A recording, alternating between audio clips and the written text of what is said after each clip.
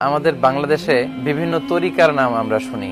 কাদরিয়া তরিকা, চিশতিয়া তরিকা, মুজাদ্দিদিয়া তরিকা, নকশবন্দিয়া তরিকা। আসলে ইসলামের তরিকা হচ্ছে একটা, সেটা হচ্ছে তরিকাতু মুহাম্মাদিন সাল্লাল্লাহু আলাইহি ওয়াসাল্লাম, বিষ্ণু মুহাম্মদ সাল্লাল্লাহু আলাইহি ওয়াসাল্লামের তরিকা।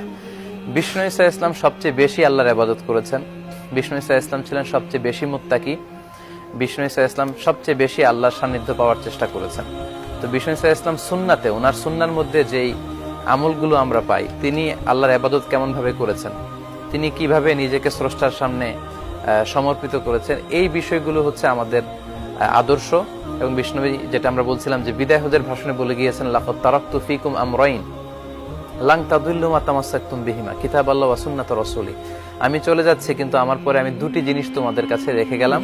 এই দুটি জিনিস যদি তোমরা আঁকড়ে ধরতে পারো, তাহলে কখনোই তোমরা পথভ্রষ্ট হবে না, তোমরা মিসগাইডেড হবে না। একটা হচ্ছে আল্লাহর কিতাব এবং একটা হচ্ছে আমার সুন্নাহ বা আমার ট্র্যাডিশন। তো বিষ্ণু ইসা ইসলাম, উনার তরিকা, বিশ্বনবীর তরিকায় যদি আপনি ইবাদত করেন, নামাজ পড়েন, বিশ্বনবীর তরিকায় যদি রোজা রাখেন, বিশ্বনবীর তরিকায় যদি হজ করেন, বিশ্বনবীর তরিকায় যাকাত দেন, বিশ্বনবীর তরিকায় যদি আপনি আপনার পরিবার পরিচালনা করেন, আপনার জীবনের প্রতিটি অঙ্গন যদি বিশ্বনবীর তরিকায় সাজান, তাহলে আল্লাহর সান্নিধ্য খুব সহজে পাওয়া যায়।